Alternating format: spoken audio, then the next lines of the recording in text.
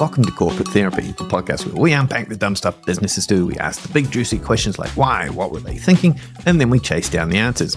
I'm Matt, your corporate plumber. And I'm Rob, your leadership locksmith. Today we're tackling a topic I'm super excited to tackle because it's about prioritization, which means we've got a hint of productivity in there.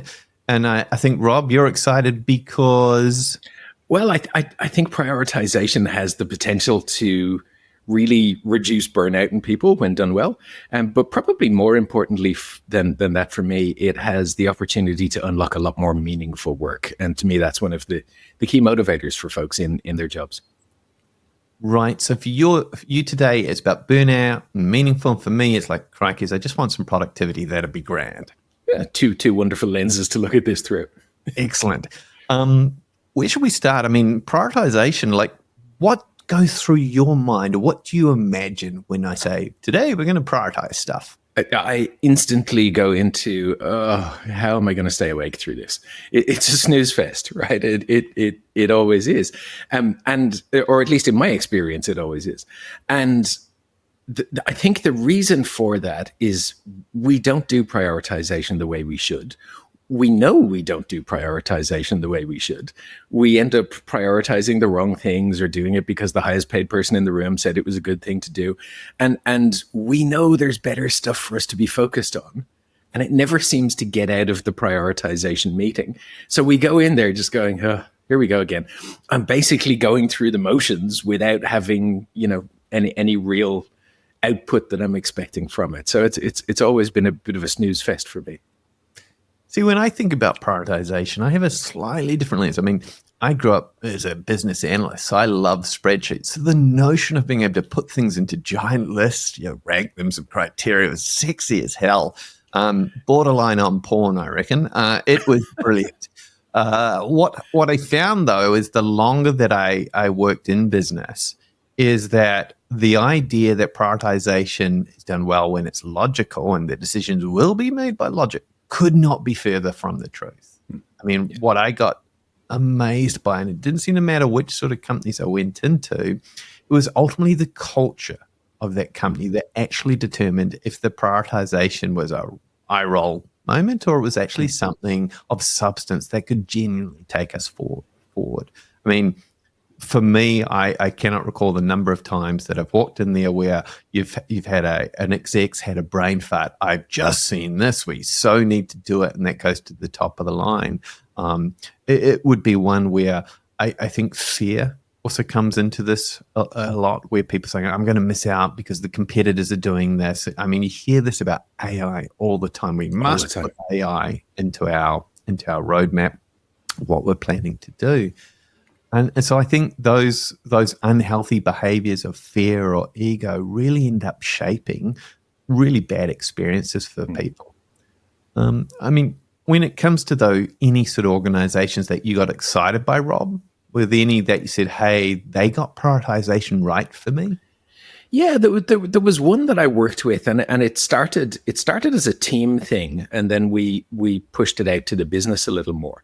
I don't believe prioritization is the start of the process. I think objective setting is, and to me, we've spoken about objective setting before, but to me, if you can get a cascaded list of objectives that go from the CEO right down through the organization. Yeah. It gives everybody a real sense of, this is the big hairy thing that we're aiming for, and here's my little piece. So, of course, I should prioritize my little piece so that we get to that big hairy goal. Yeah. Now, we started that off. I had a very progressive boss at the time, and she basically locked us in a room with her objectives and said, come out when you've got your own, and almost as a committee, we kind of built these cascaded objectives that all fed up into the big hairy things that she was trying to achieve. She had got her objectives from the CEO and so on, So it gave us a real sense of clarity, and it meant that if we were prioritizing something, we all kind of felt like we had the permission to go, hang on a second, is that really what we should be working on? Or explain to me how it feeds up into this thing that's really important to the team or the organization or what have you. But that's the only good experience that I've had with prioritization. And as you mentioned, it's culture related, right? The culture to me is the environment that productivity comes to life in, if you like. If the culture is, as you say, people making, having little brain farts or just making calls on their favorite project or whatever it is, then and the culture isn't set up to allow you to challenge that, well, then you're in a position where you just go, here we go again.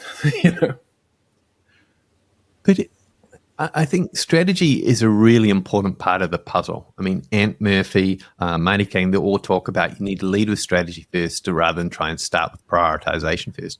Ultimately, though, strategy is making choices about what you're going to do, but more importantly, what you're not going to do.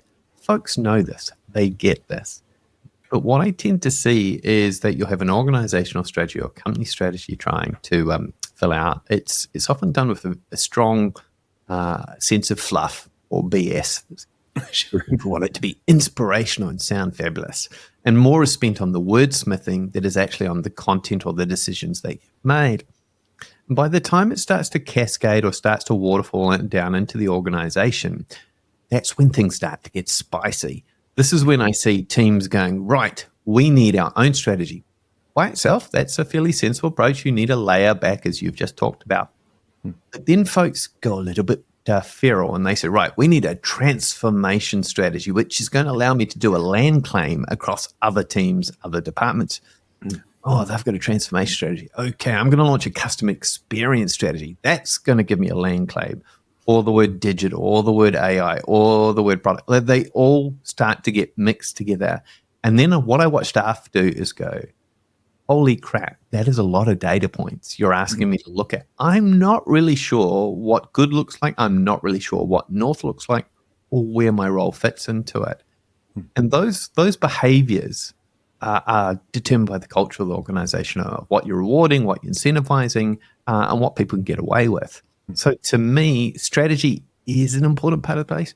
Yes, being able to layer it down so it does get down to the individuals is a critical part of it. But you've got to be really mindful when you overcook it and don't look at what behaviors are collaborating across teams. Yeah. Because if you can't agree at that level of those strategies, they're going to look like fragmentation, like the old computers when you're like, please defrag. Disk defrag. 5 hours later, it's still going. So, in this case, it's like 5 months later and nothing's really changed. You've got all these confusing strategies. So I'm not saying no, don't use a strategy as a key lead step in prioritization. I'm saying be really mindful of the behaviors of how that is being cascaded through the organization and how the collaboration is happening across teams. Yeah. Because ultimately, if you're not having those healthy discussions about the trade-offs, you're just not going to be able to run effective prioritization. But that does raise the question about prioritization frameworks. Surely that's the secret sauce. What's been your exposure to frameworks? What have you either enjoyed? What's been your experience there, Rob? I've seen very simple, things like the Eisenhower matrix, and stuff like that allow people to make priority decisions. But they only allow them to make priority decisions when everyone's using them, or when that's an accepted norm across an organization. If I've got an Eisenhower matrix and, I'm working on the things that are in my urgent and important box. And the CEO comes down to me and takes something out of my not important, not urgent box and goes, I want you to work on this. Yeah. Well, then what's the point in me having an Eisenhower matrix? So I think the frameworks are great, but like any framework, it has to be able to stand up to the people who would sabotage it, and to me, that's where the cultural aspect kicks back in again. If we're all behind the framework, if we all see that as this is the way we make decisions around here, then that's great. But if something comes in that rocks that boat, particularly if it comes from on high, we're in trouble. Well, boy, do I have a story for you then. I was lucky enough to hang out with a client where the team had been tasked with being able to figure out a prioritization approach, being able to choose the framework. They did an amazing job of researching all the different frameworks they could possibly go through, whether it be RICE, Kano, opportunity sorting, you name it. And they looked at the strengths and pros. They even chatted to organizations who used it, of what worked and what didn't for them. And they adapted pretty much the RICE framework in the end. And for those that don't know, it's reach, impact, confidence, and effort. It's a interesting model because it means you've got to actually get a number of data points to be able to feed into it to make sure that by the time you're getting into prioritization, it's evidence-based. It's not just, well, I feel this is about right. So a lot of hours, a lot of weekends were spent getting it right by the team. And this is a big thing for them because they had worked across all these different teams, all these different departments to get them to agree this is going to be the one framework that we're going to use.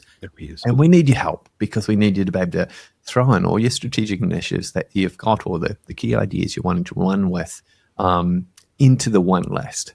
And that was where horse trading was already starting to happen because people were like, I don't know if I want to put this forward. Or can I use my OPEX instead of my CAPEX to be able to run this behind the scene? But they were very collaborative in the end. They managed to get people to the table, which was great.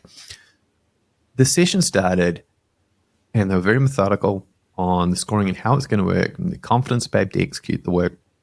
And a list was being formed pretty reasonably, and it was very civil in the way it was all being talked about. There were a couple of healthy discussions, tell me more about this. So that was allowing for alignment. So the conversations are a really important part that often don't get talked about when people focus on prioritization. They think, well, just enter it into the system we've got or into the spreadsheet we're hanging out with.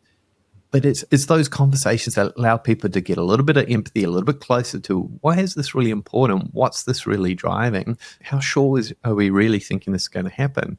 And they had a list after, I think it was 3 odd hours, but it wasn't really a painful 3 hours because everybody learned about everybody else's work. Sure, there were a couple of tense moments in there, but we're almost at the point of wrapping up. And the teams, you can see, was getting excited. Oh, this is working. Whoa. And I was proud of them. And then the head exec stood up and says, that's great. I think we're going to move this to here, this to here, and this to here. And you could watch the team, not just the team who'd done the work, who were like, what do we do here? Because this is literally the highest person paid in the room. It was a hippo moment. Yeah. But more importantly, I watched the other execs in the room just crumble.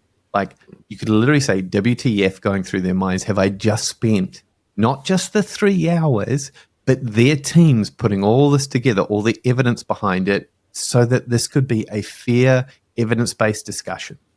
To be sabotaged by a behavior by the most senior person in that room was devastating. After that session had finished and people walked out of the room, less than 20 odd minutes later, I started to get pinged with, Matt, would you be a referee? Yeah. The trust was absolutely devastated in one 5-minute session of a 3-hour moment of a 3-month piece of work by one individual in a senior role. So I think as leaders, we really need to be mindful of the behaviors we're bringing into these prioritization sessions, because people are going to say, well, are you being collaborative as a team? That doesn't mean you can't disagree. It doesn't mean you can't challenge alternative ideas. But I think it's an important part that if you start to move into sabotage moment, it has such a ripple effect. Do you think, Rob, they were able to get another prioritization process up and going, or that was back hell to no. Yeah. Hell no. This is really interesting. There's a great TED talk by Dan Ariely. I don't know if you're familiar with him. He's a behavioral economist. Wonderful guy, very smart, quite funny as well. And he was doing a piece on incentivizing people to do simple tasks. So he had them building Lego Bionicles, Cool. and was incentivizing them lesser and lesser each time they built one to see how far they would go before they gave up. And he found out that it had very little to do with incentives. What was more important was what he did with the Bionicle after they were finished building it. If he took it, if he just left it there where they could still see it, they would go on to build, I don't remember the exact numbers, but let's say it was 8. Yeah. If he took them and put them under the table, they would do maybe 5, because they couldn't see the fruits of their work. Yeah. Yeah. But if he started disassembling them and putting them back in the box as they were building the next one, they only went as far as 2 or 3. Yeah. Wow. And I show that to leaders quite a lot, and they go, "Oh, well, isn't that interesting?" I'm like, "That's what you do. That's what you've just described. You've just described people working and working and working on something just to watch you dismantle it." Yeah. And to dismantle it with no real logic behind why you dismantled it, And when you do that, you massively demotivate people, which is why you started getting the pings about, "Hey, can you help me fix up my resume?" It's horrific how often that happens in business. And, we're probably talking a little broader than just prioritization here, but it's important to realize that when people have put a lot of work into stuff like this, we don't just get to come in and make a captain's call over the top without demotivating them massively. And that's a huge deal to me. I remember chatting to one of the individuals that was Impact. This meant to them they'd taken time away from family. Of course. They had literally not taken the kids out on a weekend. The husband in this case was having to carry the extra load. She felt guilty about that, but she felt this was all in the pursuit of worthwhile. We're working towards something. This is really going to make life easier for people because we're going to focus on meaningful work, right? Yeah. So she really bought into why this is important. So to have that double whammy in those 5 minutes was pretty hard. Sure. So I'd love to talk a little bit more or explore a little bit more about those saboteurs, those individuals, sure. and what sort of behaviors you've seen so that the listeners here can get a sense of what to be mindful of, either and how they respond to it, or even their own behaviors when they're part of being in those prioritization sessions. I'm probably going to deal with a few of these as if they always come from the CEO or the execs, but I think we're all guilty of these from time to time. Yeah, we all make emotional decisions in what should be a logical, reasonable framework, and sometimes that doesn't work so well. The one I've seen most in exec teams is the old school CEO who makes the captain's calls. That's all fine and well, but this is my vision for this organization, so I just need your team to make this happen. And you're left sitting there going, hold up, how does that fit anywhere? I don't really get how that fits into what we were just talking about for the last 3 hours or whatever it was. Yeah. So we often hear it referred to as a captain's call, which is just a way of saying my opinions are more important than yours. Again, a pretty massive demotivator, which is why we eye roll when we're going into prioritization meetings. I think if I build on that, like the example I just gave you was a captain's call. Yes. And out of fairness to the team, they did pretty much follow best practice and kind of say, okay, can you help us understand what's prompting this? And they also followed it up with, can you give me a sense as to the trade-offs here that you're prepared? Are you okay that that's going up to number 2 for us to do number 3, which means we've pushed out of the top 10 these items. They literally will not happen. Yeah. And it was almost like a dismissal, like how could I describe it? You're in a bubble, a reality distortion bubble. Somehow these are still going to just happen, but I've put mine to the priority so that they could avoid almost the guilt that was coming or the fallout that was going to happen of not doing this. And some of the fallout was pretty real for the team. But ultimately, the choice is what they're trying to do here. They were trying to give the captain in this case, or the exec in this case, choice A, choice B. If you want to go with A, this is literally being turned off. It is stopping. And so the team made sure they were very explicit. There's not going to be any resources that we're going to be able to allocate to this. We are literally going to need to say, this is stopping. That will have a vendor impact. Like they were good at calling out the knock-ons that were coming. And it was literally no distortion bubble state. So I'd love to say the fix normally is to work through the trade-offs and say, are you comfortable with these? But sometimes it's will say, yes, this is still what I'm prepared. What you as a leader have got to do for your team and your ideas, just make sure you don't get left with a half-pregnant idea that's got no chance of going because you're still trying to get it over the line. You stop a focus on that. You turn it off and you absolutely document this is what just happened. And I know that documentation can sound, well, that's a bit harsh. I've seen that cover people's ass so many times. It's, please write down who made the decision, what was the rationale, if you're seeing this is heading south. Yeah. But one that I've seen is I know we want to do items A, but can't we do A, B, and C? And there's we do need to make some trade-offs here, and they're just refusing to. And you get them in a room, or you try to get them into a room, and they're just brilliant at evading you. It is like trying to follow up on a second date. It's like they're nowhere to be seen. It is one where you then try and book in sessions, you try and gently nudge, and what you end up finding is this just becomes this sort of delay tactics of them making the hard call and either disappointing people or seeing tension rises because one team's got funding and another team hasn't. And it, for me, it's one of the most frustrating environments to be in because you literally cannot hit go. You cannot tell your team who's saying, can we start on this? Can we do that? Or the pain is just building. I think the best sort of success that I've seen when you've got people of this is you need to reframe it around the risks, right? The best way to tackle this is kind of highlight, if we delay it by this period, that's cool. Well, this is the kind of heat we're going to wear. But once it goes past a month, this is either the customer impact, this is either the staff impact, this is the financial impact. Whatever impact you're choosing to do, you've got to make sure it's something that you know is important to the organization strategy or to that exec that you're trying to talk through as well. But it is frustrating. You got to keep you cool and you calm from there. What other saboteurs though have you seen in your experience there, Rob?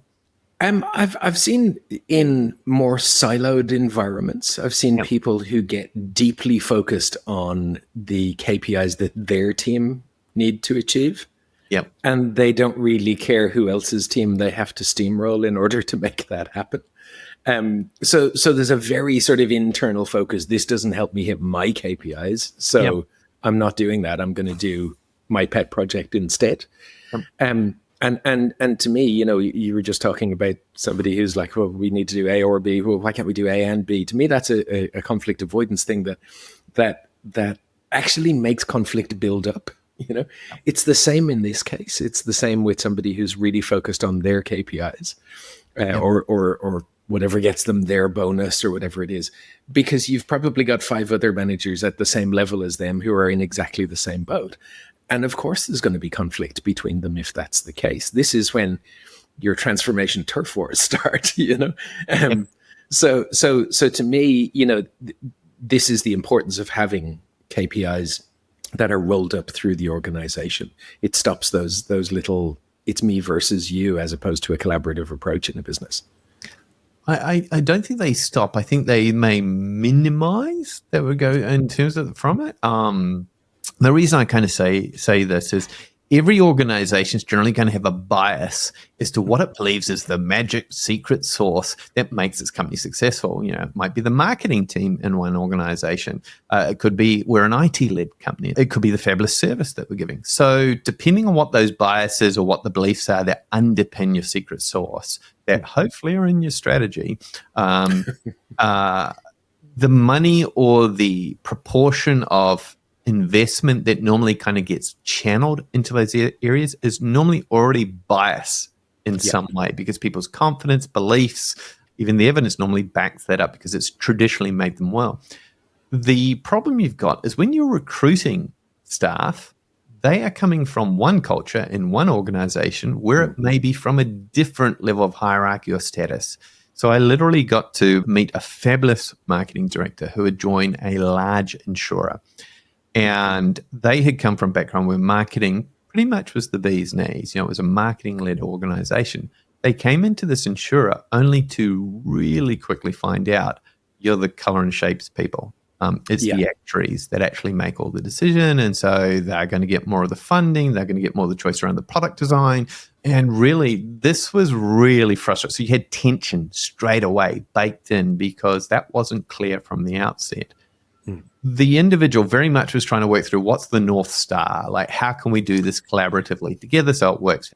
But it was so ingrained in the culture. It was like, bugger all, sorry, the North Star, we're setting it, not you. And unless you're showing how you directly impact what we value, really, no, we're not going to give you more cash. And this individual ended up really trying over months and months to influence, to align, to collaborate, to have a lot of, didn't work out for them. They ended up leaving the organization. So I think as a leader, you've got to be very mindful when you're coming into an organization. Just because certain teams are prioritized or in a different status or hierarchy in one org doesn't necessarily mean it's going to work in another. Yeah. And as a human resources team, you've got to broadcast that during your recruitment process. You've got to go, it's the actuaries who make the decisions around here, and the marketing folks are just the colors and shapes folks, because you don't want to attract a marketing genius who's going to bang his head against a brick wall for 6 months and then decide he's had enough. But it also highlights, I think, when prioritization can become a bit of kryptonite, because if an organization historically, by investing in, let's say, the tech team, suddenly needs to shift, focus on customer experience or on the brand, and that shifting of funds, that shifting of what is seen as status or as power that's coming through is really hard for teams to let go unless it's a collaborative space. That's when I've seen some of the most unhealthy types of behaviors really kick in, and that's where true leadership and role modeling is so important, so you don't let that fester. The team, or the one saboteur kind of role that I get frustrated no end with, is the delusional dreamer. I've got a brilliant idea. In fact, I've got a bunch of them. I just need to make it happen. It has no reality attached to it whatsoever on capacity, feasibility, the capabilities of the team. It's just go make it happen somehow. I have literally been on the receiving ends of this, and I am sure at times I've been the delusional dreamer as well. I think the frustration that creates, though, for people, it leads to burnout. It's one of the fastest things that leads to burnout. And I cannot tell you the number of times that I've seen prioritization completely devoid of capacity. Yes. And they go, but hold on, we've got the FTE. On paper you do, but you've just run a freeze on headcount, or we're not backfilling the roles fast enough. We're actually running 80% of our resource. We need to plan, but we'll be able to hire them. And this is where it gets really interesting. It's like, okay, your hiring lead time, is that even being fed into it in the current market climate? And that's where your HR team, Rob, can play an amazing role. They can actually communicate, this is what the market's like. This is the realistic time frame. And if you're paying this is what it really means, and what the quality you're likely to get, or the availability of those people. Is there any other takes, though, of how you think HR can help these delusional dreamers get I hate the term FTE. Hate it with a passion. Yeah. It takes a person and boils them down into a number. And the reason I hate it is that it misses the nuances of people, right? Firstly, as you say, there's a certain amount of time that it's going to take to attract somebody. Yeah. It's probably going to take a little more time if you want to be fastidious about it and attract the best person that you can. Even if they're the best person, there's plenty of statistics out there that will show that it takes about 90 days for somebody to get comfortable in an organization enough to do their best work. So I think what HR needs to be aware of and needs to be able to prove to an exec is there's nuances behind that FTE number. Yeah. Just because you've got an FTE in your Excel spreadsheet doesn't mean you've got an effective member of staff. Even if you've gone out to hire the best possible person you can, paying at the top of salary bands, all of that sort of stuff, it's rare that you get somebody who hits the ground running straight away. So you've got whatever your time it takes to hire somebody is, plus whatever the time it takes to get them up to speed. You should know that as a HR team, but you need to be able to communicate that to an exec, that an FTE on an Excel spreadsheet doesn't necessarily mean an effective member of staff, even if they're the best member of staff you've ever hired. And that to me is one of the ways to shut the delusional dreamers down a little, or at least take a bit of the heat out of them, is to be properly logical and rational with them and go, here are the facts. I'm back to A Few Good Men. Here are the facts of the case, and they are not in dispute. But they are in dispute with the delusional dreamer. Yeah, what you want to do is make them not in dispute. When I hire an FTE, here's what it takes to get an effective person. But this leads on to an interesting point for me, which is who you bring into the room to help you with the prioritization. Because if you don't have enough diversity of skill sets, capabilities, thoughts, or perspectives that are coming into that room, either it's your desirability, feasibility, or viability. One of them's normally going to take a hit. The viability one, normally not, because the CFO, he or she will be in there going, we've got this budget and no, you cannot have more. So that they normally get that bit okay. The problems are when you kind of say, well, how much is that going to cost me? Or what is the cost of delay of that? Suddenly the numbers start to get very rubbery and people become amazing, magical mathematicians with new algorithms for inventing numbers that bend laws of physics. But at the same time, I think you have the people like, what are they seeing? Like, where's the stress or the fatigue level in the organization? Because you do want a bit of tension between the exec pushing the team as to what's possible versus that, okay, how do we make sure that we don't break the team as well? And this is where I see conversations around capacity start to get colorful, shall we say. Where it's like, if only those new young folks would work hard at this point, like we did when we had their roles. Completely missing, I think, some of the ways in which we're expecting people to work at the moment as well, and the stresses that actually come with that. So I do think we've got to be very real about what our capacity and the stories we're trying to tell. The danger here is you get emotional. Yes. Saying, I'm going to lose Tommy from my team, or I'm going to lose Sarah from she's fantastic. And to some of these execs, that will be either a name that's either not known or and so it has zero impact, or it is known, but they feel you're just making that up to dramatize the impact. Whereas for me, I found when you're trying to talk about capacity, it's literally, here's how many folks are actually having to stay back to complete the work past, your 5:30, your 6 o'clock shutoffs that you've got.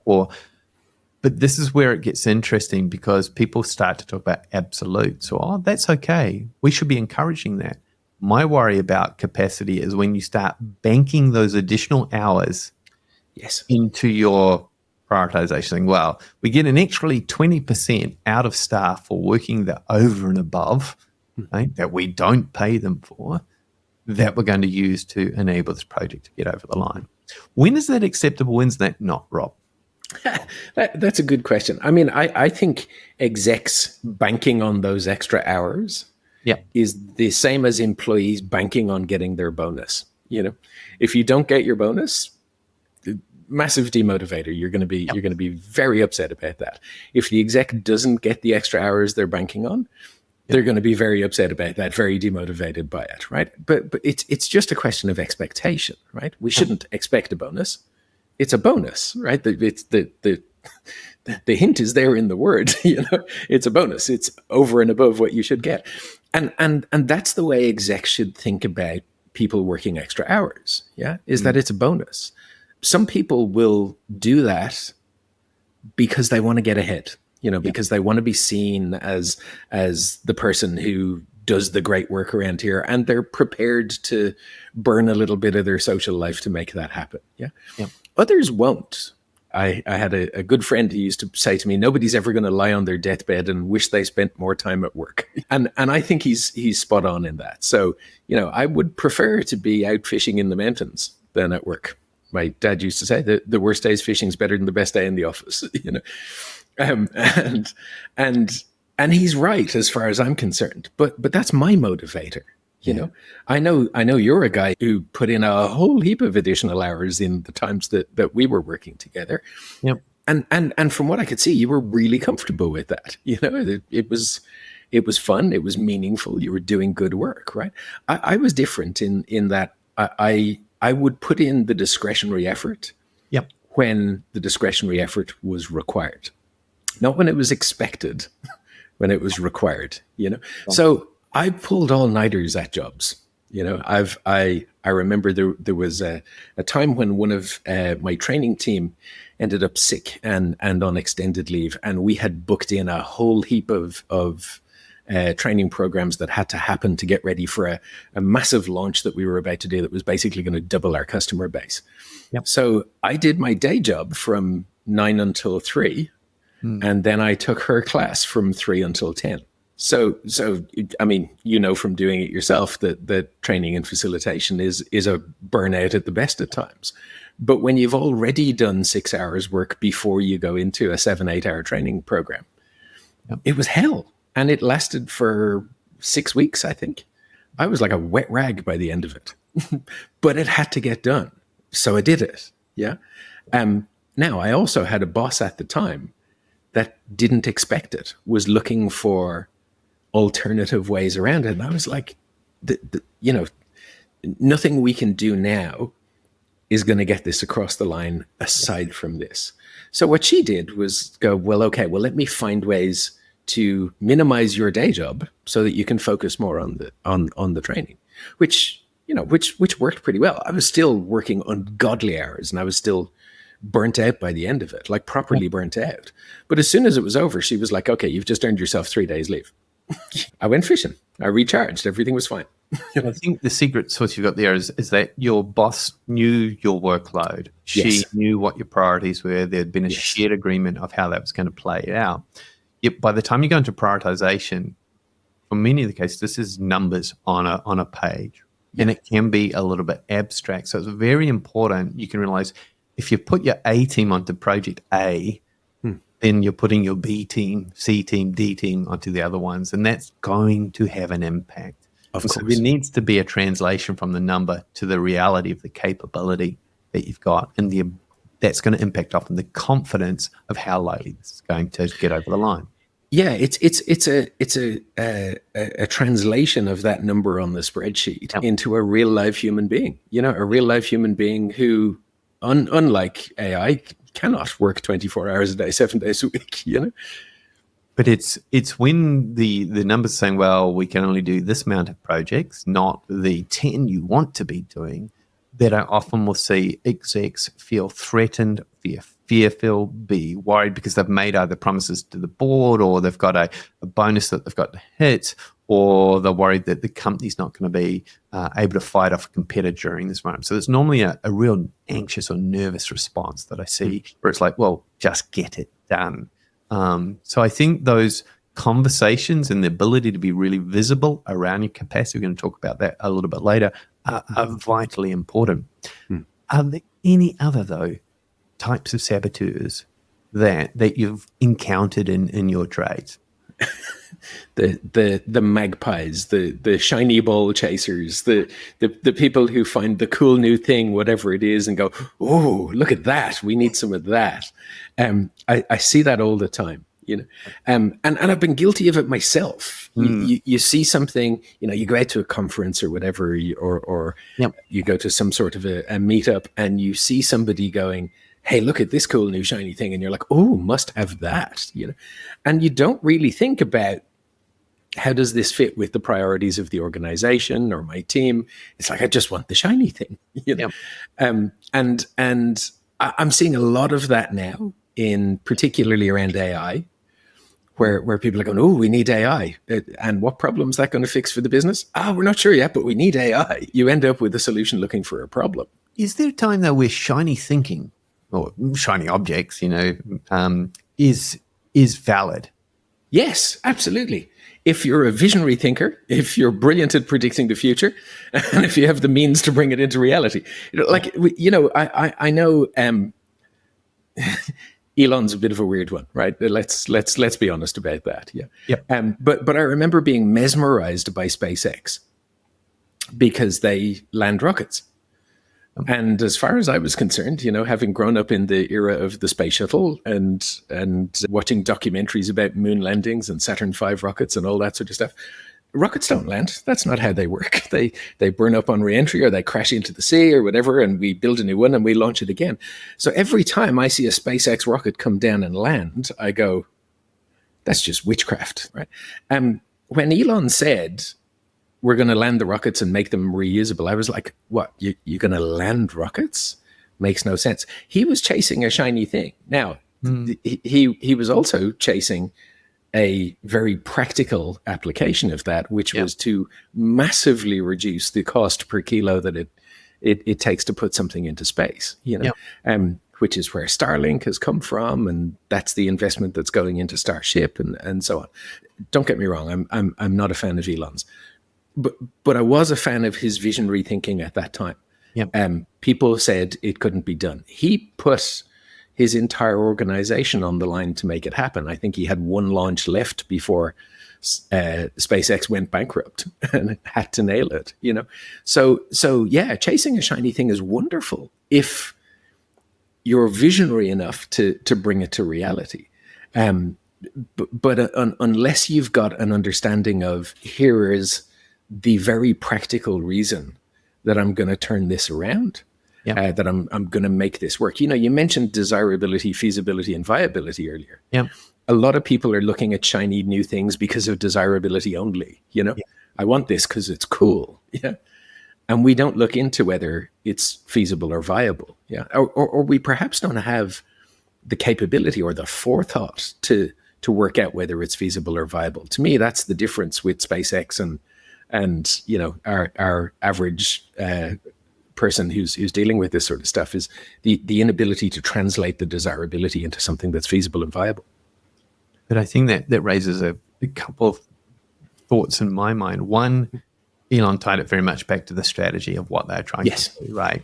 To me, what shiny ball chasers do that's not helpful is when they jump from one idea to the other idea, and they're not anchored back to that strategy, because the team's just going, where's my North Star? What am I working towards? So they have no sense of validation. They're on the right path or not.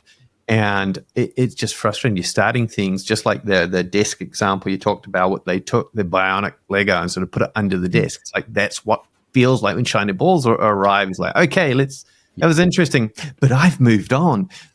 So I do think that tying it back to strategy is a key point. The second thing I want to raise there is where you've talked about the team. Do they have the capability to even know what are the right questions to ask when going through the prioritization? Because often they have a comfort zone, stuff they know, the evidence they have, and that will shape what they are even prepared to put up on the list.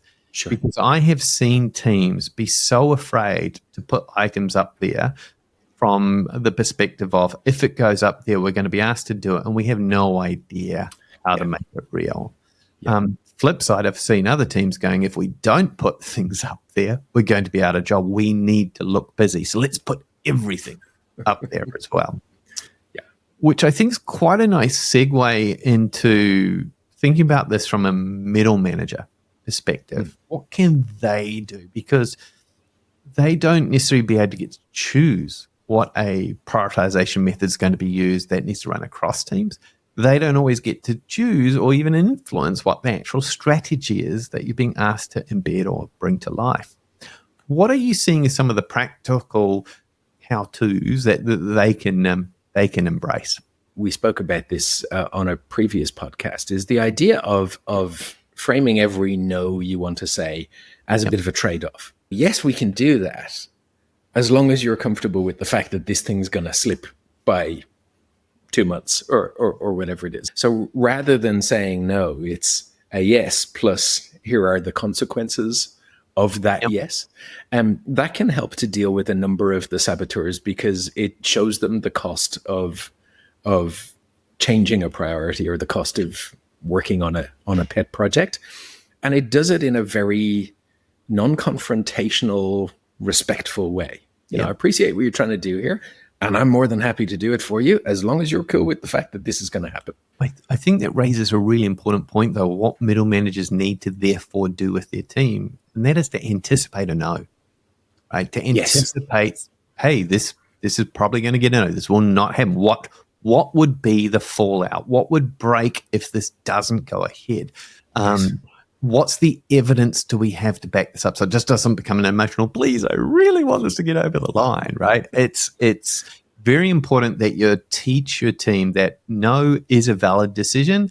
Our job is to equip the leadership team with the facts as to what's the knock-on effect or the fallout if this was to stop, if this was to be delayed, because time has an amazing impact. It's often overlooked. And I think John Cutler talks about it, where he talks about urgency should be a really important part of your prioritization process. And the reason he talks about this being so profound is businesses can be seasonal, right? So what works at a certain time is less valid later once you've missed, e.g., cruises and going to the sea during the key seasons, or hotels and the times that they're open for peak summer. I think that is something that is very important your team gets to grips with, is how do I tell very succinctly what's going to fall or what's going to break or what's going to happen in the event this has got to know. Yeah. I think the one for me that we did touch on earlier there was about visibility, not just of the list, but also of the capacity. Yes. This sounds really easy, but I have been into Fortune 100 companies who literally do not have a good handle on what are the key initiatives that everybody's actually working on. And this is despite having enterprise teams or portfolio teams who are tasked with trying to pull these lists together. And that normally gives you a clue of how collaborative those organizations are, how trusting they are of each other. Because what often happens with that lack of visibility that's being put forward is because they're like, well, if we make it visible, it could be stopped. Right? And so to me, the first step of building out that visibility, if you're a middle manager, you're wanting to be able to make sure you're very clear on your list of items, but how do you start to encourage others? This is the list we want to put forward. You just need to start by role modeling it yourself. Does that mean your team is likely to get more no's? Actually, I think yes, because chances are you're putting up forward. But when you're getting those no's, saying, I'm kind of curious here, I put forward, I've got this size team, I put forward this many projects, and I've got this budget. Really keen to understand why team A, B, or C are putting forward only 2 or 3 projects. That's in there. You've got the budget and the team. What are the teams spending the rest of their time on? Pretty blunt, but often it needs to be just called out from a state of curiosity you're trying to actually learn, because otherwise the chances are those black ops projects will come back and bite you in the ass. And this is what frustrates me. We hear execs screaming about teams are not working. Execs, I think it's like 94% of execs say that only 24% of the teams are working on mission critical stuff. Right? Wow. Right? Unbelievable amount of waste, therefore, that's going on. That's a terrifying stat. Yes. It really sucks, right? This is from the Atlassian report from last year. I think what it boils down to, the real conversations between teams of what are we really working on, what's on that list, what do we need to stop, is not happening in so many companies. And if you really want to tackle productivity, get everyone to fess up what's on their list. The clues normally where it's going wrong is how have you worked budgets across your team? Have you split it across CapEx and OpEx? Because the chances are they're burning OpEx to do projects that really should have been in the CapEx bucket. So really look in the CFO and the finance team to get an understanding of where is the cash going across those teams. What projects are really happening and being classified as BAU. I think the making that list visible, I'm less worried about what system you're using. I'd be comfortable if it was even a whiteboard or an Excel. You've got to start somewhere. So as a middle manager, always keep your list up to date. And if there is a team ask or a company ask, get involved. Be seen as a role model for what's possible on being visible on your items, and also communicating the visibility of your capacity of your team. Show that capacity to your team to get them to validate it as well. That actually shows you giving a damn about them, and your pressure testing. Did you get it right or wrong as well? What other ones though? What other tips would you give them? We've talked about very much around trade-offs. We've talked about the visibility. What else have you got there? Become a corporate contractor at least once a quarter. Yep. Run a kill list. Yeah. I did talk about influencing and collaborating with your colleagues. I'm not talking about taking out your colleagues, much as we would like to from time to time. What I am talking about is taking out the priorities that aren't working. To get together at least once a quarter. Yeah. with the people that you rely on to help you with your prioritization decisions, and to have a completely cold and callous look through your list and go, that needs to die, and it needs to die today. I think that's massively important. I saw a wonderful exec manager at one point, who had a list of 25 things. Yeah. And if you wanted to put something on that list, you had to pick the one that had to die before something new went on. And that was usually a tough decision, because you then had to go and talk to somebody else about why their project needed to die so yours could get on the list. But what it did was it made people much more considered about what did go on the list. Yep. That they understood, here are the criteria that get something on the list. Yeah. But they were also pretty quickly clued into, here are the criteria that gets a project shot in the head. And I think that's really important. We sometimes just get attached to a project or to an idea or to a product, whatever it is, because it's spent some time on the list, or because we were the people who put it on the list. We need to be ruthless about the things that we're doing.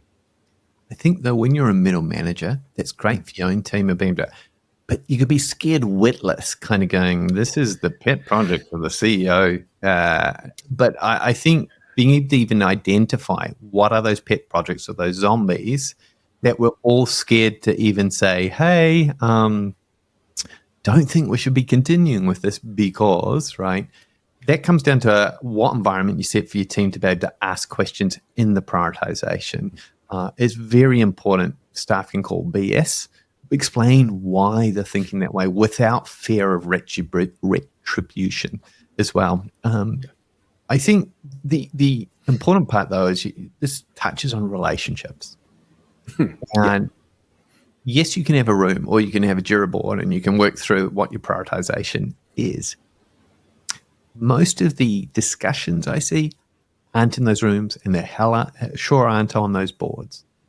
They are in coffee moments. They're in water cooler moments. They're in rushed lift conversations where folks are trying to rally favors. They're trying to influence decisions. They're trying to, have you heard about this? Oh, they shouldn't be. Oh, no, that's not going to work for us. It's like a political rally that's happening for an election of your idea, right? And, pushing down the other people's ideas at the same time. And some folks are amazingly connected. So I think as a middle manager, one of the things you have to quickly be able to do is to have to learn out, how does decisions really get made in our organization? Yeah. It's not always the person with the most senior title. There can be strong influences in the team that either kill or make ideas because of their voice. They could be a very technical expert saying, that's got likely chances of ever seeing the light of day. This would lead to cost blowouts of X. And their words are going to have far more weight than a non-technical person on this item. So being able to figure out who these people are, getting to know them, and being able to have coffee chats where you understand what actually motivates and drives them is important if you want your ideas to have a shot, even on a logical framework. You're still going to need to do that. Build trust outside of the prioritization chats. Has that been your experience? Am I delusional on that one, Rob? No, you're certainly not delusional on that. I mean, I remember an organization that I used to work for, and the COO that we reported to, this was the late 90s, early 2000s, and yep. I'm ashamed to say I was a smoker at the time, and so was the COO and a number of other influential people in the organization. So we had an ability to get in the COO's ear every time we had a smoke break, and we laughed and joked about, oh, you think the decisions in this place are made in the boardroom? Hell no, they're made downstairs by the ashtray, and it was true. That was where we had 10 or 15 minutes to spitball an idea, yep. And then we'd go back and pretend the decision was made in the boardroom, but it was really the fact that we had an opportunity to influence the COO, and he had an opportunity to influence us as well. So to me, that was where the decisions were made, but it also gave us an opportunity to do what you were talking about, which was to make the work that we were doing, the capacity that we had, visible to him. So it was a wonderful relationship despite the disgusting habit. So Is the learning I should be taking out of that, Rob, for better No, prioritization, take out smoking? Is it? no, absolutely not. I think your suggestion of coffee was much healthier, despite the heart palpitations. I think, speaking of heart palpitations, for me, the one that created that was when you had those leaders, which I spoke about earlier on the podcast, who don't make decisions, Yeah. who avoid it. And what I learned was you wanted to be able to clear, let's set a time frame for feedback, for thinking. Let's cap that at 2 weeks, or let's cap that at 1 week. So by this Friday, we're going to make a call, left or right. But it will be after chatting and engaging these folks. And the reason I say that chatting to these folks is so important is normally it's not the time frame they have an issue with. It's just the fact that you haven't been heard, or you haven't considered, or you haven't involved people. And that's what drives the resistance. So to me, being able to set a time frame and being clear about who you're going to loop in to have that feedback before you're making the call starts to sort of lower that fear or that threshold that's coming of those leaders who are nervous to make a decision. Absolutely. But what about when you're struggling yourself, Rob, as a middle manager, and you've got a rap load on? What's the out there? I think the out there for me is, I always finish up my sign off is to stay curious. Yeah. Yep. I think one of the ways around that is to show a little bit of curiosity, a little bit of calm curiosity. When you get burnt out, when you're the one that's suffering under a massive weight load, you tend to get, well, if you're anything like me, you tend to get a little more emotional, a little more irritable, a little more snappy, and you start to make emotional decisions. To me, the antidote to an emotional decision is a little bit of calm curiosity. Yeah. So you can say to the person who's trying to load more work onto you, what breaks if there's a 2-week delay here? Yeah. How is this going to affect X project? Can you help me to understand the why behind this? What objective it's trying to achieve? If you can, particularly when you're burnt out, if you can practice asking a calm question rather than having an emotional reaction, it's a bit of a superpower. It's not easy to do, let's be honest. But it is something worth practicing. Every time you feel a bit of emotion bubble up, a bit of frustration, to stay curious rather than to have that emotional reaction can make a difference. What if you're just looking at your to-do list? Yeah.